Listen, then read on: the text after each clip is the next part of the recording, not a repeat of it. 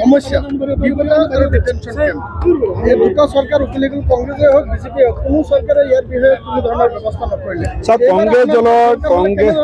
কংগ্ৰেছ দলৰ স্থিতি স্পষ্ট অসম চুক্তিৰ আধাৰত অসমৰ বিদেশী সমস্যাৰ যি সমাধান সূত্ৰ আমি ৰাজীৱ গান্ধী ডাঙৰীয়া আৰু সদৌ অসম ছাত্ৰ সন্থাৰ চুক্তি স্বাক্ষৰ কৰি হৈছিলে আমি চুক্তিক সদায় সন্মান কৰোঁ বিজেপিয়ে কেতিয়াবা NRC কথা কয় কেতিয়াবা 1952 কথা কয় আমাৰ কথা স্পষ্ট জাষ্ট 1971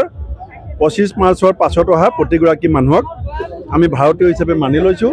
এই কথাত আমাৰ কোনো দ্বিমত নাই গতিকে অসম চুক্তিৰ আধাৰত সেই সমস্যা যেনেকৈ আমি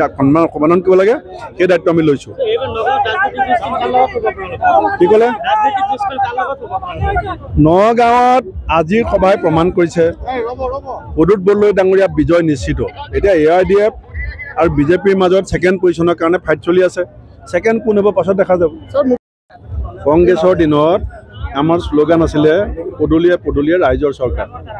আৰু এতিয়া বিজেপিৰ শ্লোগান হৈছে পদূলিয়ে পদূলিয়ে মদৰ দোকান পদূলিয়ে পদূলিয়ে মদৰ দোকান এফালে অৰুণোদয় এফালে সুৰা উদয় যুৱ প্ৰজন্মক 5 লাখকৈ চাকৰি দিয়া কথা আছিলে বছৰত এতিয়া মাহত 300খনকৈ মদৰ দোকান খুলি আছে এই কথাবিলাক মুখ্যমন্ত্ৰীক সুধিব বিজেপিয়ে সেইবিলাক কথা চিন্তা নকৰে খালি হিন্দু মুছলমানৰ মাজত তেওঁলোকে কাজিয়া লগাব বিচাৰে আজমল ডাঙৰীয়া তেখেতক হিমন্ত বিশ্ব শৰ্মা ডাঙৰীয়াই আঁঠুৱা তলৰ মহ বুলি কয় হিমন্ত বিশ্ব শৰ্মাৰ আঁঠুৱা তলৰ মহক অসমৰ মানুহে নেতা পাতিলে আমাৰ কি লাভ হ'ব সেই কথা আমি সবেই চিন্তা কৰিব লাগিব ৰাইজসকল মই বেছি দেৰিকে নকওঁ আৰু কেইবাখনো মিটিং আছে মই আজি আপোনালোকৰ উপস্থিতি দেখি আজি মই মোৰ নেতা ৰাহুল গান্ধীক কম মই এটা শ্লোগান দিম এই শ্লোগান আপোনালোকে মোৰ লগত সবেই দিব হিমন্ত বিশ্ব শৰ্মাৰ বুকু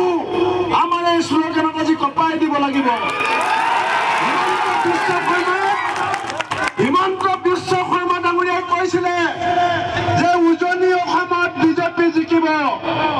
কালি যেতিয়া মই কলো যে উজনি অসমত কংগ্ৰেছ জিকিলে আপুনি মুখ্যমন্ত্ৰীৰ গাদী এৰিম বুলি কয় চ্যালেঞ্জ দিওঁ তেতিয়া হিমন্ত বিশ্ব শৰ্মাই চ্যালেঞ্জকে ৰক্ষা কৰিবলৈ ভয় খালে কাৰণ তেওঁ জানে যে উজনিত কংগ্ৰেছ মধ্য অসমত কংগ্ৰেছ নামনিত কংগ্ৰেছ বৰাকত কংগ্ৰেছ পাহাৰত কংগ্ৰেছ এইবাৰ চাৰিওফালে কংগ্ৰেছ সেইকাৰণে মই আপোনালোকক কৈছোঁ মই এতিয়া কম যে নগাঁৱৰ পৰা দিল্লীলৈ আপোনালোকে ক'ব আকৌ যাব বৰদলৈ মই কম নগাঁৱৰ পৰা দিল্লীলৈ ইমান লাহেকে ক'লে হিমন্ত বিশ্ব বুকু কপাব লাগিব নৰেন্দ্ৰ মোদীৰ 56 ইঞ্চি বুকু 60 ছেকেণ্ডত 60 বাৰ কপাই দিব লাগিব নগাঁৱৰ পৰা দিল্লীলৈ দুখন হাত থাকি পেলাই ক'ব নগাঁৱৰ পৰা দিল্লীলৈ নগাঁৱৰ পৰা দিল্লীলৈ নগাঁৱৰ পৰা দিল্লীলৈ ধন্যবাদ বন্দে মাতৰম জয় অসম ধন্যবাদ সাধাৰণ মহিলাৰ বেংকৰ একাউণ্টত আমি প্ৰত্যেক মাহৰ 9 তাৰিখে 2500 টকা 9 লক্ষ্মী আমি একাউণ্টত ভৰাই দিম আমি দিম আমি কৰ্ণাটকত দি আছো আমি তেলেংগানাত দি আছো অসমৰ প্ৰত্যেকগৰাকী সাধাৰণ মহিলাৰ বেংকৰ একাউণ্টত আমি প্ৰত্যেক মাহৰ 9 তাৰিখে আমি 2500 টকা 9 লক্ষ্মী দিবলৈ সিদ্ধান্ত লৈছো লাইটৰ বিল বিজেপিয়ে 7 বাৰ বৃদ্ধি কৰিছে আমি কংগ্ৰেছ দলে সিদ্ধান্ত লৈছো আপোনালোকে যেতিয়া আমাক ক্ষমতা দিব প্ৰত্যেকটো পৰিয়ালৰ প্ৰতি মাহত 200 ইউনিট বিজুলী বাতি আমি লাভ কৰি দিম আজি গেছ চিলিণ্ডাৰ আপোনালোকে খবৰ ল'ব সাংবাদিকক সুধিব এটা গেছ চিলিণ্ডাৰ কৰ্ণাটকত 500 টকা তেলেংগানাত চিলিণ্ডাৰ দাম 500 টকা দিল্লীত যেতিয়া কংগ্ৰেছ চৰকাৰ হ'ব অসমৰ প্ৰত্যেকটো পৰিয়ালৰ দুৱাৰ মুখত আমি 500 টকাৰ চিলিণ্ডাৰ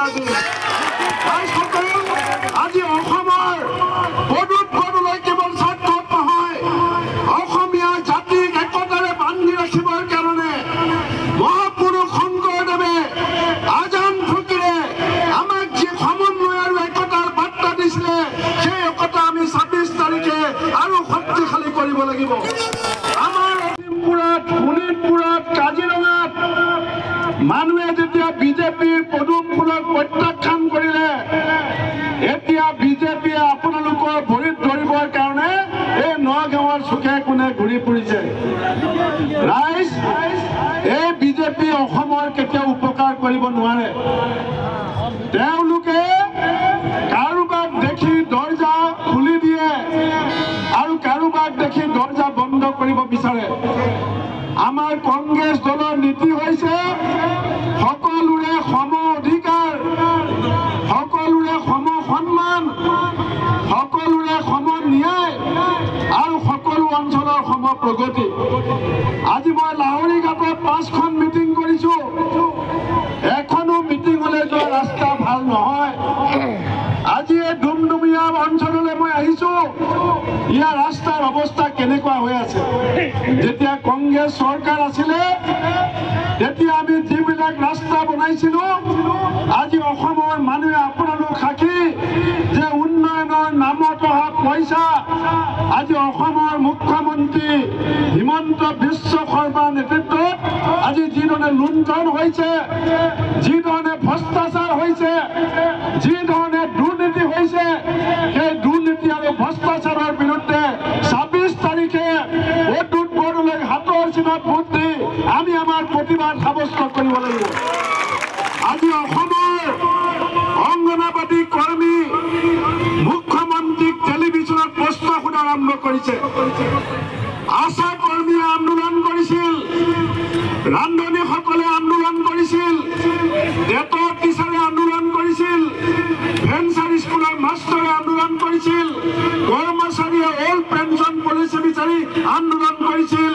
বিজেপিয়ে সকলোকে গুৰুত্বহীন কৰিলে